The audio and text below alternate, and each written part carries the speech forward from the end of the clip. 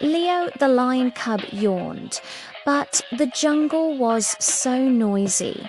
Monkeys chattered, frogs ribbited, crickets chirped. I want to sleep, Leo pleaded. Mama Lion lifted her head and sang a soft, rumbling lullaby. Slowly, the monkeys hushed, the frogs croaked softer, and the crickets played a sleepy tune. The stars blinked, the moon smiled, and Leo curled against Mama's warm fur. "Sleep tight, my little lion," she whispered, and this time Leo's snores were louder than the jungle.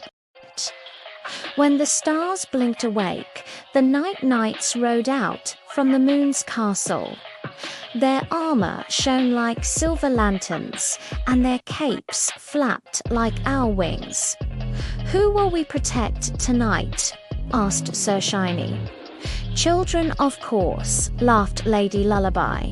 They galloped on dream horses, keeping watch over sleeping kids.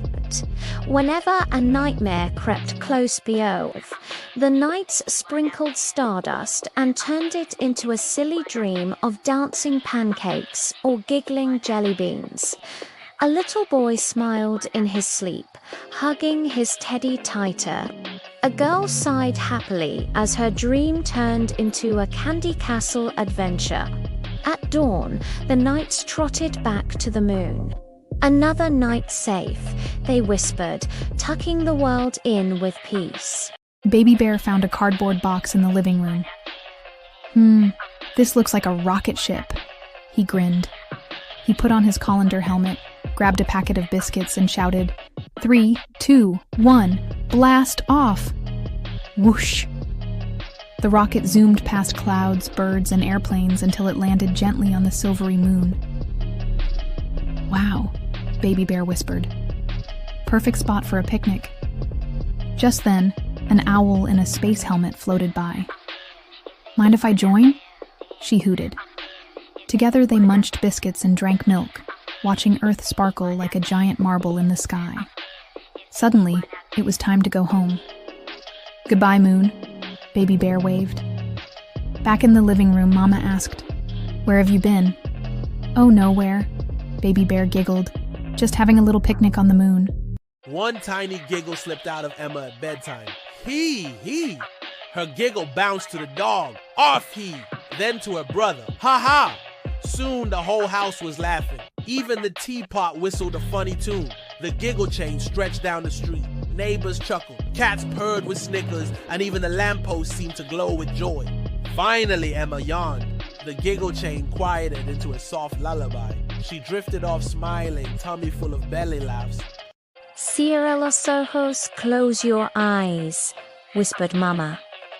Little Sophia blinked. "But what if I miss something?" Mama smiled. "Dreams are waiting." Sophia closed her eyes and, suddenly, a golden door appeared. She tiptoed through and found candy floss clouds, talking dolphins, and a castle made of chocolate coins. The stars painted rainbows in the sky, and unicorns danced to lullabies. "See," said Mama's voice in her heart. "Dreams are more magical than anything you'll find awake." Sophia yawned, curled under her blanket, and drifted deeper into her dreamland adventure. "More donuts," shouted Mia, licking sugar from her fingers. Suddenly, the bakery door creaked open. Inside was a magical kitchen where donuts baked themselves. Chocolate donuts danced in circles, sprinkled donuts twirled like ballerinas, and jelly donuts puffed up with laughter. Mia grabbed a tray and joined the parade. More donuts. She cheered, stacking towers of sugary rings. When the sun rose, the bakery sparkled clean again, as if nothing had happened. But Mia found one sprinkle in her pocket proof of her sweet, magical night. Deep inside the pantry stood a wheel of cheese so big it looked like the moon. All the mice whispered, "One day we'll taste the big cheese." Tiny Milo was the bravest. One night, he tiptoed past the cat, dodged the broom, and climbed the towering cheese. He nibbled just one bite munch, and suddenly the cheese began to glow. Out popped cheesy fireflies, lighting up the whole pantry.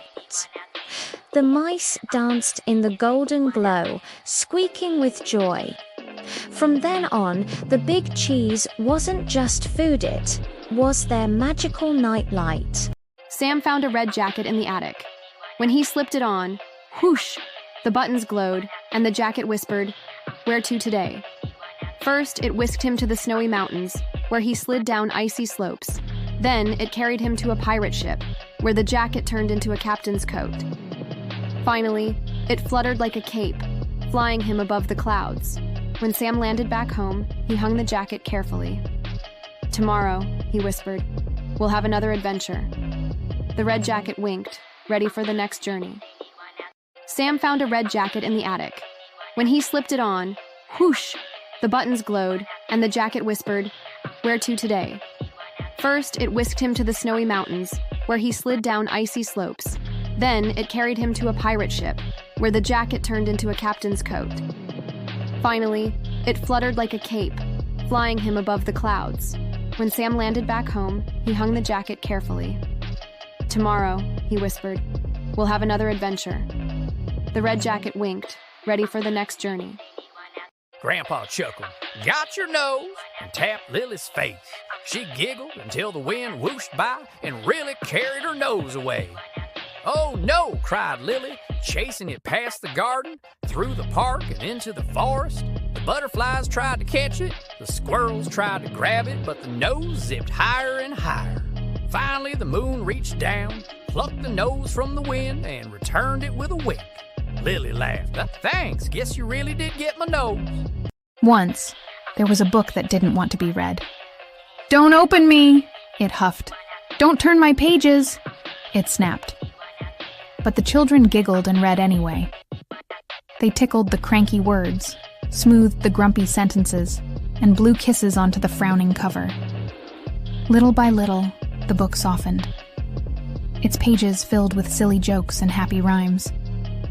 At last it sighed. Fine, maybe being read isn't so bad.